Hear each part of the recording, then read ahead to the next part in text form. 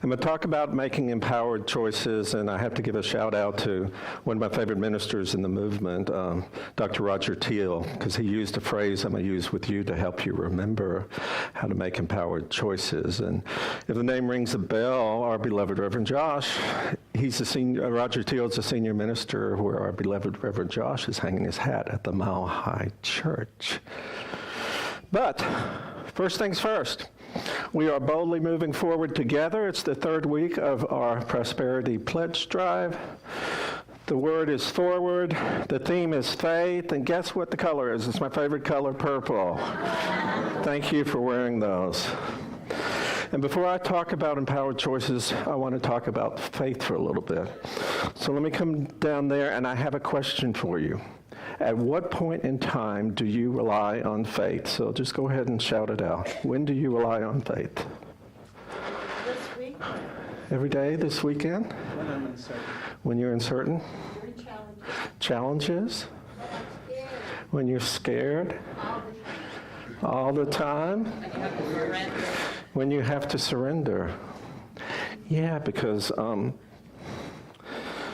for me, we rely on faith sort of when we need to move forward, sort of when we're stuck, sort of when we're struggling. Because when we're on top of the world, everything's happening for us, we're manifesting everything we need, we've got it made. We don't need faith.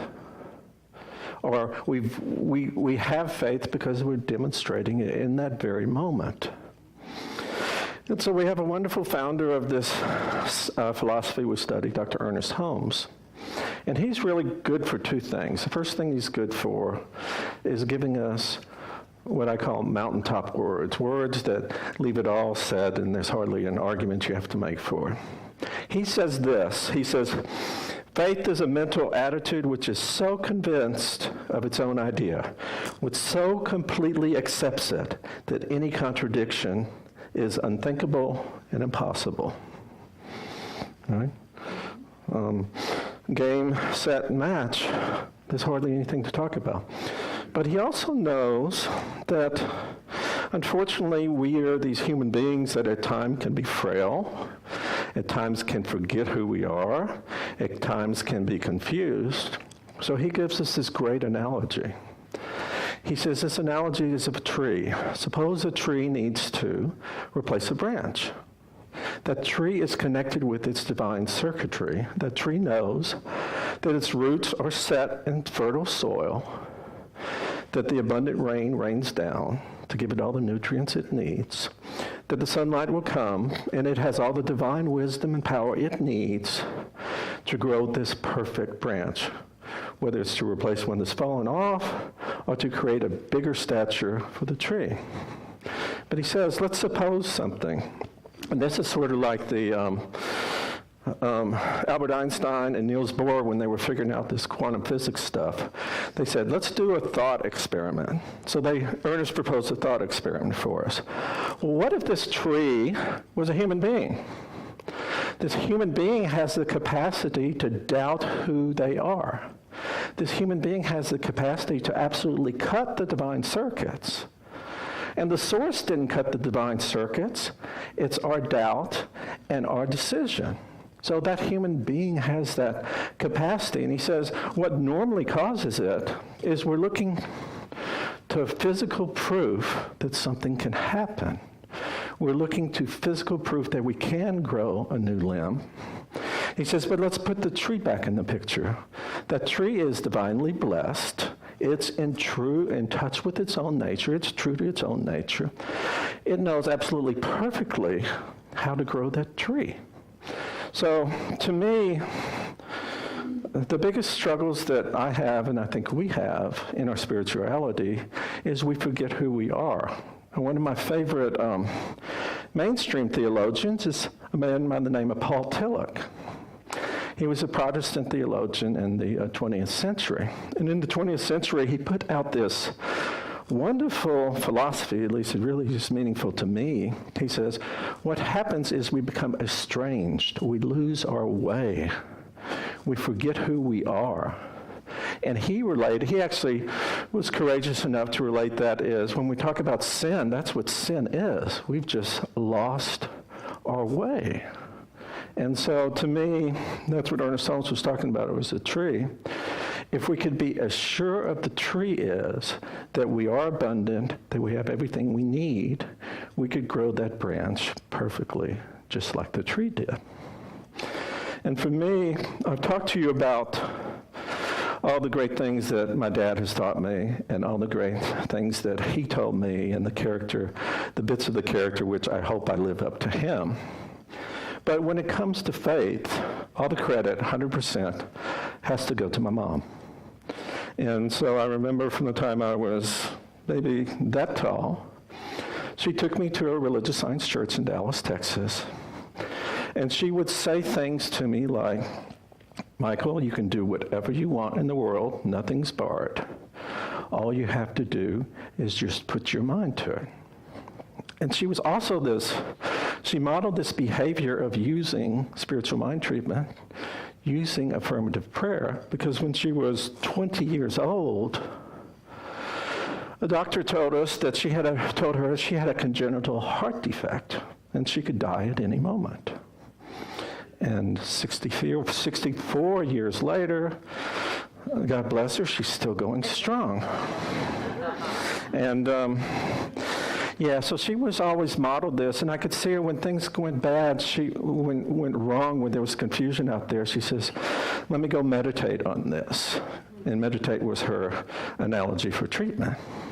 And so anyway, to this day, God bless her heart, whenever I call her, she will continue to give me these lessons in the science of mind, these little nuances that I don't know.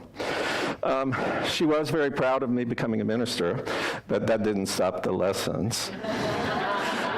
And actually, they're very useful because I was trying to use an analogy, and I said, I know I read this somewhere, and I don't remember where I read it when I was talking to her. She said, oh yeah, that's in the back of the second Science of Mind book, in the appendix. Yeah. So I do have one thing to share with you about faith, and this is part of my living out loud. And this is the part where I do my self-deprecating stories to you guys, and I always come down here for this. So, and before we start the story, let me be brutally honest with you. I have demonstrated faith in my life, and I've demonstrated faith that there is a power for good in the universe. I can't have a happy and joyous life. And there's no better way for me to demonstrate that than Nicole and I's announcement of our engagement.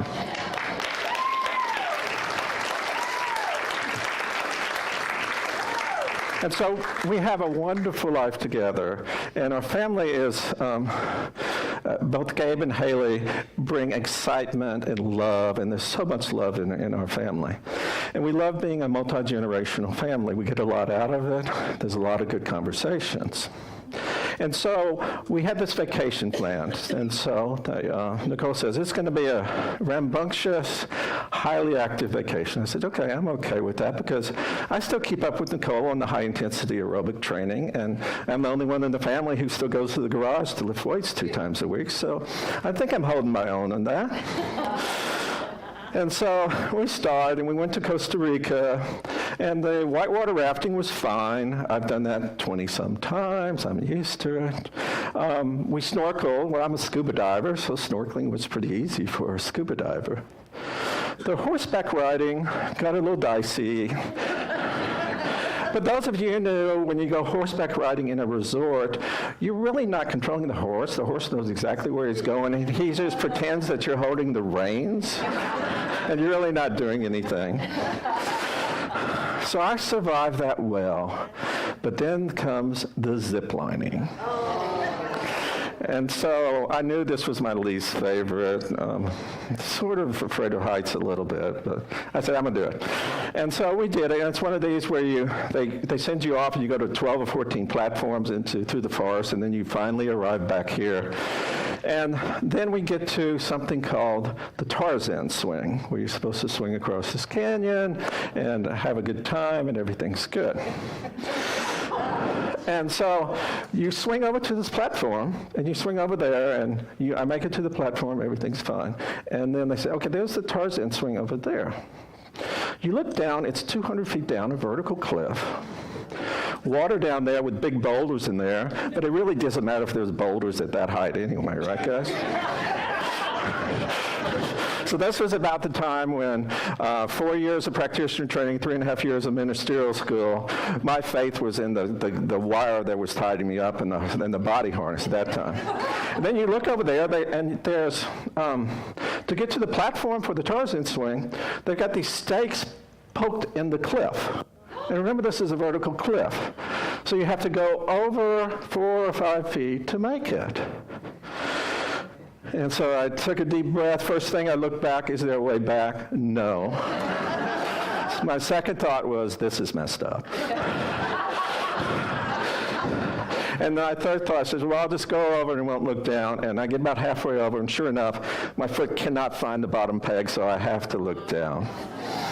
So I make it over to the thing, and I said, it's the Tarzan swing, just we'll push you over there, and the guy will catch you. So they push me over there, I get over there, and the guy's busy. So I'm swinging. So I swing back to the middle, and I'm saying, oh my God, am I going to have to sit here and in the middle and hope I don't have a heart attack before the rescue comes? But luckily I swing back. And they take it over there. So I think maybe I need to have faith as zip lining is a once-in-a-lifetime experience for me.